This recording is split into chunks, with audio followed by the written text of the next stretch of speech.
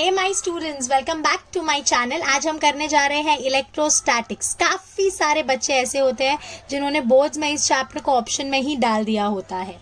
अगर आपने ये चैप्टर ऑप्शन में डाल दिया है तो भी कोई डरने की बात नहीं है। मैं आपको जितने भी फॉर्मूलाज और जो छोटे छोटे कॉन्सेप्ट्स यहाँ पे कराऊंगी, अगर आपने इतना भी अच्छे से पूरा वीडियो एंड तक सुना और आपने इसके फॉर्मूलाज पूरे बाय हार्ट कर लिए और आप एमसीक्यू सॉल्व करोगे तो आई कैन अश्योर यू आपको सारे एमसीक्यूज एकदम इजीली आएंगे।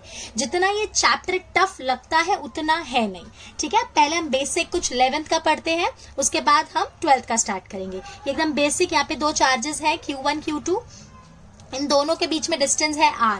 ये दोनों पॉजिटिव चार्ज हैं, ये तो दोनों क्या करेंगे, एक दूसरे को रिपेल करेंगे विद अ फोर्स। ये जो फोर्स होगा इसका मैग्नीट्यूड सेम होता है और इसका डायरेक्शन ऑपोजिट होगा। So this force F is equals to K Q1 Q2 by r square, where Q1 Q2 are the charges, r is the distance between the two and K is a constant। ये K जो है इसकी value होती है 1/4 pi epsilon not. Epsilon not क्या होता है? It is the permittivity of the medium. इसकी वैल्यू होती है 9 × 10⁻⁹ और इसका यूनिट क्या हो जाएगा, न्यूटन मीटर स्क्वायर पर कूलम स्क्वायर। और ये जो एप्सिलॉन नॉट है इसकी भी वैल्यू होती है, दिस इज 8.85 × 10⁻⁻12 और इसका यूनिट इसके उल्टा होता है, मतलब इसका यूनिट होगा कूलम स्क्वायर पर न्यूटन मीटर स्क्वायर। ओके, उसके बाद अगर ये हम कब यूज करेंगे, अगर हम सपोज एयर में है, तो अगर हम एयर में है तो हमारा फॉर्मूला क्या हो जाएगा, देखना जरा। It will be 1/4 pi epsilon not Q1 Q2 by r square.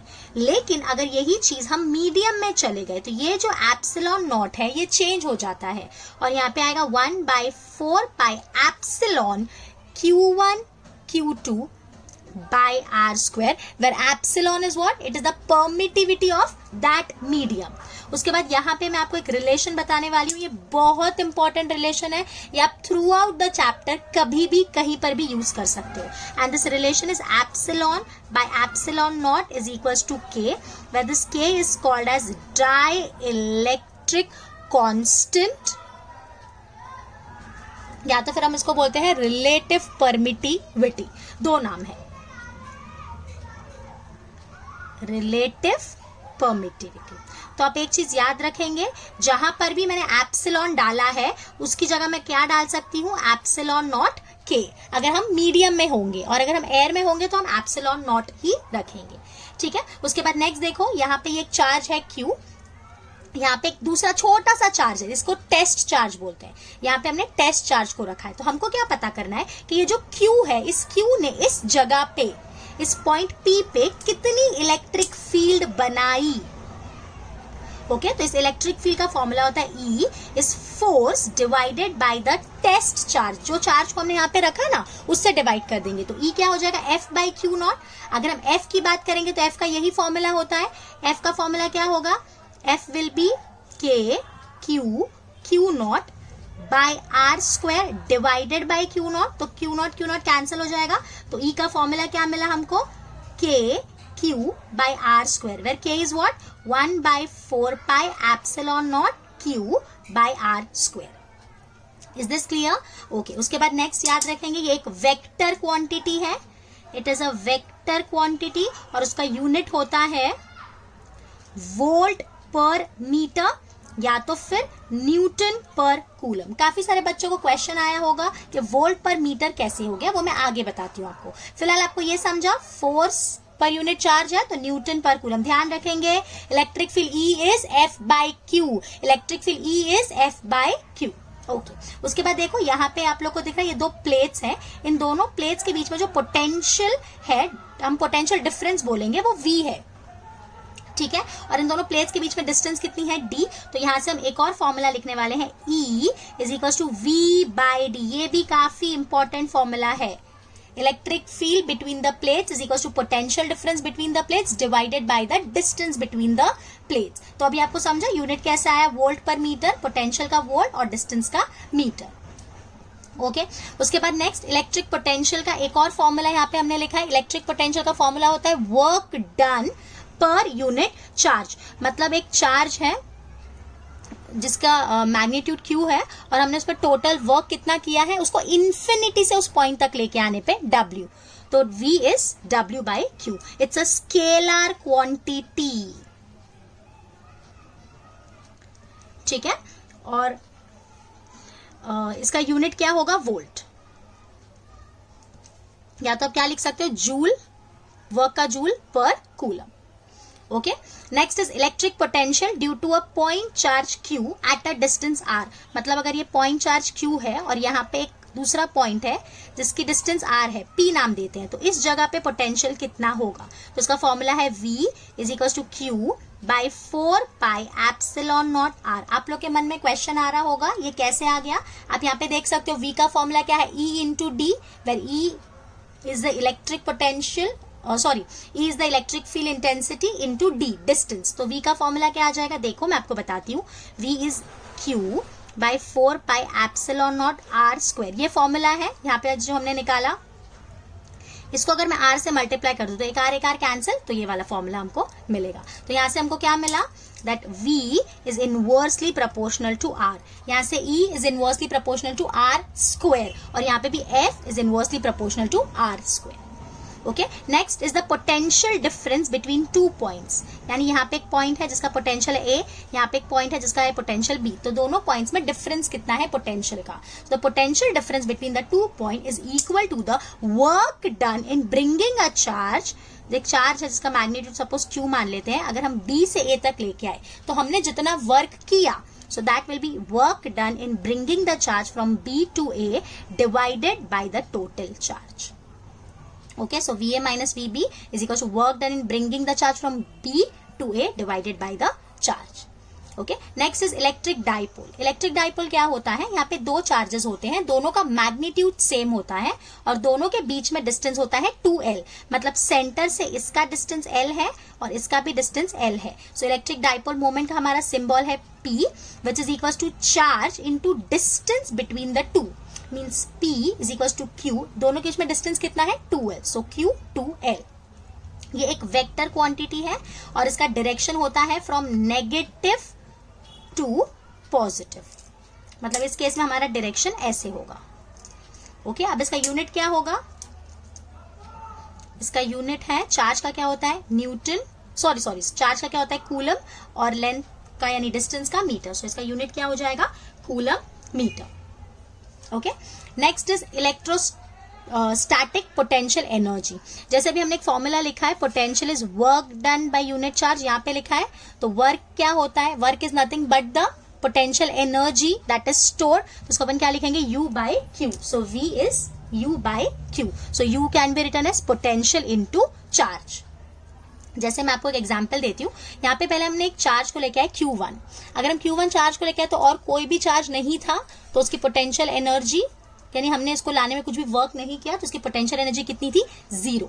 अगर हम दूसरा चार्ज लेकर आए Q2 जिसकी डिस्टेंस यहाँ से है R, तो अब इस चार्ज ने एक इलेक्ट्रिक फील्ड बना ली है, तो हमको वर्क करना पड़ेगा. तो अब हमको कितना वर्क करना पड़ेगा? W. तो इस चार्ज ने यहाँ पे कितना पोटेंशियल बनाया? तो पोटेंशियल का फॉर्मूला क्या हो जाएगा? Q1 by 4 pi epsilon not R. Let R be the distance. और हम कितने चार्ज को लेकर आए? Q2. तो फॉर्मूला क्या हो गया? W is equal to Q1 Q2 by 4 pi epsilon not R. Is this clear? Okay, और यही वर्क डन हमारा क्या होगा? Potential energy.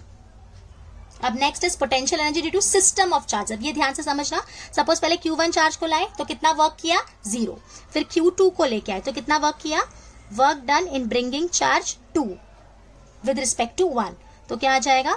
Q1 Q2 by 4 pi epsilon naught R12, where R12 is the distance between the two. उसके बाद हम एक next charge को लेके आए Q3. अब जब हम Q3 को ला रहे हैं तो Q1 की भी फील्ड है और वहां पे Q2 की भी फील्ड है, तो हमको इन दोनों के अगेंस्ट वर्क करना पड़ेगा. So work done in bringing charge 3 against Q1 that will also store in the form of energy. तो क्या हो जाएगा? U21 plus U31 is equals to Q1 3 by 4 pi epsilon naught R13. Similarly, work done in bringing charge 3 against 2 is Q3 Q2 2/4 pi epsilon not R23। तो ये total work हमने किया जो उसके अंदर स्टोर हो गया in the form of energy. Okay, next is linear charge density. This is really very very simple. यहाँ पे हमने एक कंसिडर करते हैं थिन रॉड ली है जिसके ऊपर टोटल चार्ज Q है और इसकी टोटल लेंथ कितनी है L। So linear charge density is denoted with lambda which is equals to the total charge divided by the total length. So lambda क्या हो जाएगा Q by L। तो इसका यूनिट क्या होगा, यूनिट हो जाएगा coulomb per metre. Similarly next यहाँ पे आपको दिख रहा है ये एक एरिया है जिसपे टोटल चार्ज कितना दिया है Q। यहाँ पे हमको निकालना होता है एरियल या सरफेस चार्ज डेंसिटी, मतलब total charge divided by area, इसको हम बोलते हैं सरफेस चार्ज डेंसिटी। इसका सिंबल है सिग्मा और इसका यूनिट क्या होगा coulomb per metre square. Okay, now see next is volume charge density. अब ये भी बिल्कुल सिंपल है, यहाँ पे टोटल चार्ज है Q और ये किसको हमने दिया इस पूरे वॉल्यूम को। तो यहाँ पे क्या होगा वॉल्यूम चार्ज डेंसिटी को हम डिनोट करते हैं rho. So rho is Q by V, V is the volume. और यहाँ पे इसका यूनिट क्या होगा, इसका यूनिट होगा coulomb per metre Q। Is it clear? Okay, next is electric flux. अब हम यहाँ से बेसिकली अपने 12th का स्टार्ट करें। इलेक्ट्रिक फ्लक्स क्या होता है, the number of lines passing through the given area. और कैसे पास होनी चाहिए, नॉर्मली। ओके, जैसे मान लेते हैं यहाँ पे ये इलेक्ट्रिक फील्ड है E, यहाँ पे हमने एरिया रखा जिसका एरिया वेक्टर इस तरफ है और दोनों के बीच में एंगल कितना दिख रहा है थीटा। तो यहाँ पे जो फ्लक्स होगा जिसका सिंबल है phi, this is equals to EA cos theta. अब आप देख सकते हो E भी वेक्टर है A भी वेक्टर है और दोनों में रिलेशन cos थीटा के साथ है। तो फाई क्या आ जाएगा हमारा E bar dot A bar, dot product से हम डिनोट करेंगे। इसमें काफी बार ऐसा होता है कि जो एरिया है उसका और E के बीच का एंगल कंटिन्यूस चेंज होते जाता है। तो उस केस में हम क्या करेंगे, छोटा सा फ्लक्स निकालते हैं d phi which is equals to E ds cos theta. लेकिन अगर पूरा निकालने बोला तो क्या करेंगे बच्चों, हम यहाँ पे कर देंगे इंटीग्रेट। तो ये क्या हो जाएगा integrate E ds cos theta. Clear? अब इसका यूनिट कभी कभी एग्जाम में डायरेक्ट पूछ लेते हैं, कुछ टफ नहीं है। E का यूनिट क्या होगा, वोल्ट मीटर या तो फिर न्यूटन मीटर स्क्वायर पर कूलम। ओके, ठीक है। Next is normal electric induction. Normal electric induction होता है NEI, हम इसको बोलते हैं। सो NEI ये जो लिखा है ना हम लोगों ने epsilon E ds cos theta, इसी को अगर हम एप्सिलॉन से मल्टीप्लाई कर दें, so epsilon not E ds cos theta is called as NEI। और टोटल लगता है क्या होगा अगर हम इंटीग्रेट कर दें, so total normal electric induction is integration epsilon not E ds cos theta. आप लोग एक चीज याद रखेंगे, यहाँ पे अगर हम मीडियम में होंगे, ये तो हमने एयर के लिए एप्सिलॉन नॉट लिखा है, अगर हम किसी मीडियम में हो जाएंगे तो यहाँ पे क्या आ जाएगा एप्सिलॉन या तो एप्सिलॉन नॉट K। दूसरा TNEI is also equals to the total charge enclosed. ये TNEI के दो फॉर्मूलाज हैं, एक तो ये हमने लिखा और ये एनक्लोज। आप देख सकते हैं ये क्या है, this is nothing but the phi only. ये पूरा क्या है हमारा फाई। तो इसकी वजह से हमारा फाई का एक और फॉर्मूला क्या बनते हुए दिखता है, जैसे फाई को हम ऐसे लिख सकते हैं Q enclosed bye epsilon not.